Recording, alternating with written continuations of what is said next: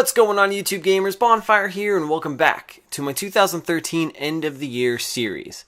Today, I'm going to cover a few games that I've played throughout the year that I am calling my 2013 Mentionables. And these are games that I've played that I really enjoyed and wanted to share them with you and let you know that you should try them out as well. Now, again, I haven't played every game out this year, but these really stood out to me, and these are a few other games that I have played minus my Game of the Year nominees. So let's dive right into my list. The first game is one that it was very hard to keep out of my Game of the Year conversation because it is definitely worthy of being in that list, but you gotta cut it off somewhere. And that game is Tomb Raider. I really enjoyed this game. It's a reimagining or a reboot of the Tomb Raider franchise, and they did a fantastic job on it.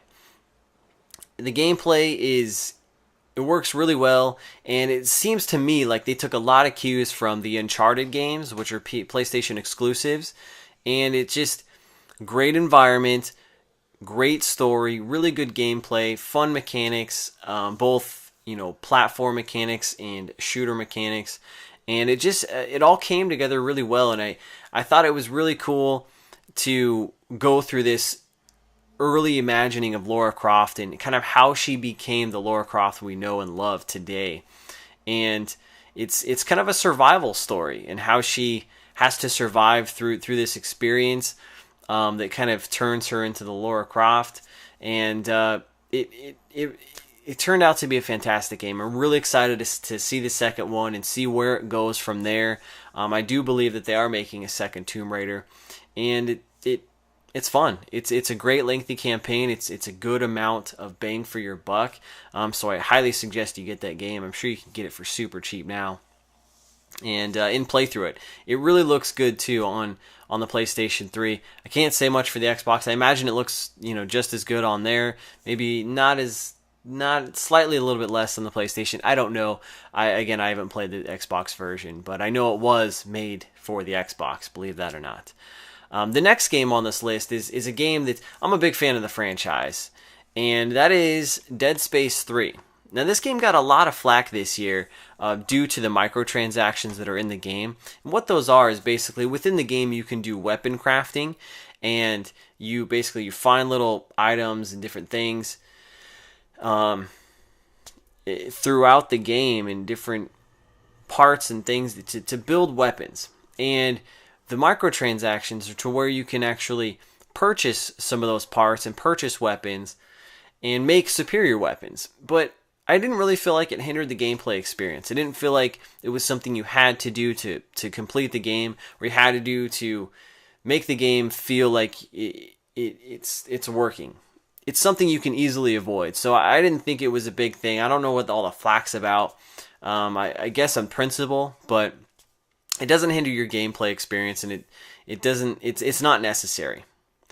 But overall, it was a great Dead Space game. I mean, you can play it both single player and co-op, and it takes a lot of what Dead Space is known for and adds a few different things, especially in the environment category, because the part of the game is played on a snow world, and it's wintry, it's cold, it's snow, you're climbing mountains and things like that, and it was really cool. It was kind of a change of pace from the typical Dead Space environments that you're normally in.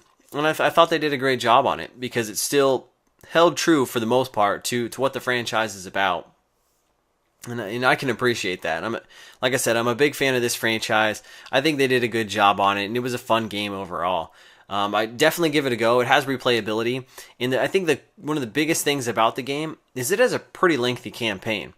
In my opinion, it was almost too long because it kind of felt like the ending was drug out just a little bit. I mean, when you're playing the game, you're kind of getting towards the end. You know the ending's coming up, but it's kind of drug out just a little bit. But it's worth your money. It's worth the money. Any game that's got a lengthy campaign that you really have to put some time into, to me, that's good, and it makes it worth spending the money to buy the game. So definitely check it out if you guys are into the Dead Space franchise, because I think it holds up to the standards of the franchise. This next game on the list is one that I haven't really played to its full completion, but I've enjoyed every part that I've played. And that game is Splinter Cell Blacklist. And this game is an interesting one for me because I've never really played any Splinter Cell games. I've known about them. It's not a franchise I've really dove myself into. But what got me this game was the multiplayer. I was seeing a lot of videos of the Spies vs. Mercs multiplayer, which is new to the franchise if I'm not mistaken. And I was just intrigued by it. It looked really cool. So my brother had a copy, luckily, so I borrowed it from him and played some co-op with him as well. And this game has a lot of content in it. It's got the single-player campaign, which is really good. I've played like a level or two in it. It's good. I mean, it's a stealth game. So if you like stealth games, obviously you're going to like this. But it's fun. It's challenging.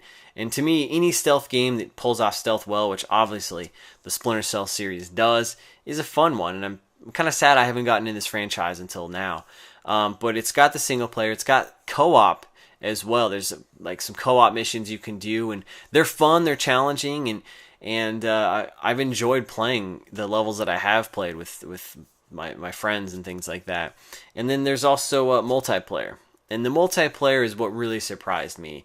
I've talked about it just a little bit, but it's exciting. I mean, when you're a spy, I mean, you have to use stealth to your advantage. You have to stay away from the mercs, and it's done in third person. And when you're a merc or mercenary, it's done in first person, and you're supposed to take out the spies. And it's really intense on both sides. I mean, when you're a spy, you got to try to stay hidden, and you kind of have that scariness factor of, are they going to find me? But when you're a mercenary, I mean, there's a even bigger scary factor because you can't really see the spies because it's so dark in some of the maps, and you're really nervous. It's very tense.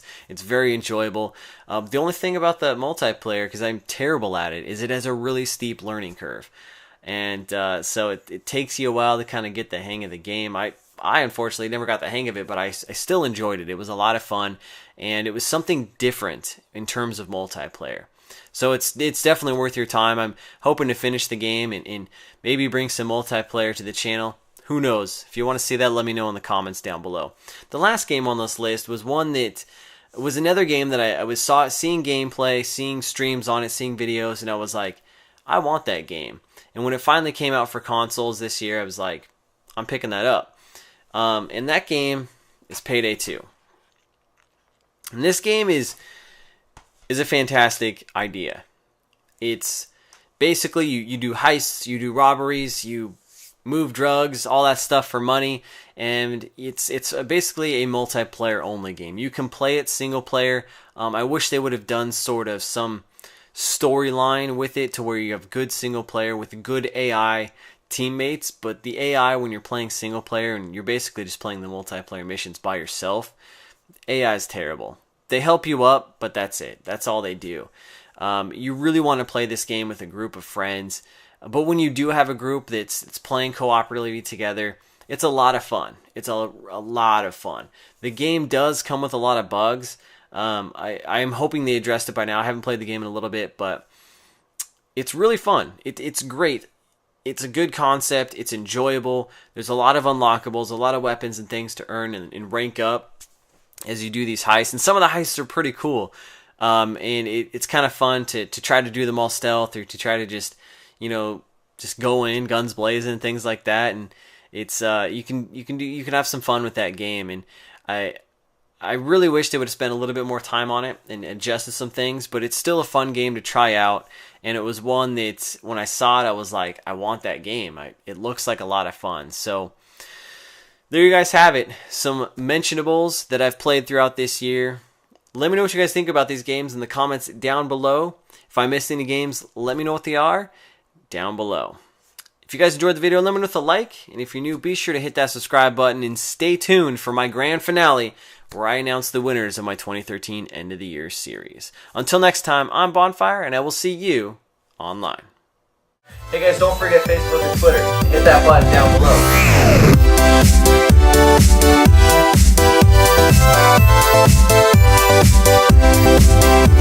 below.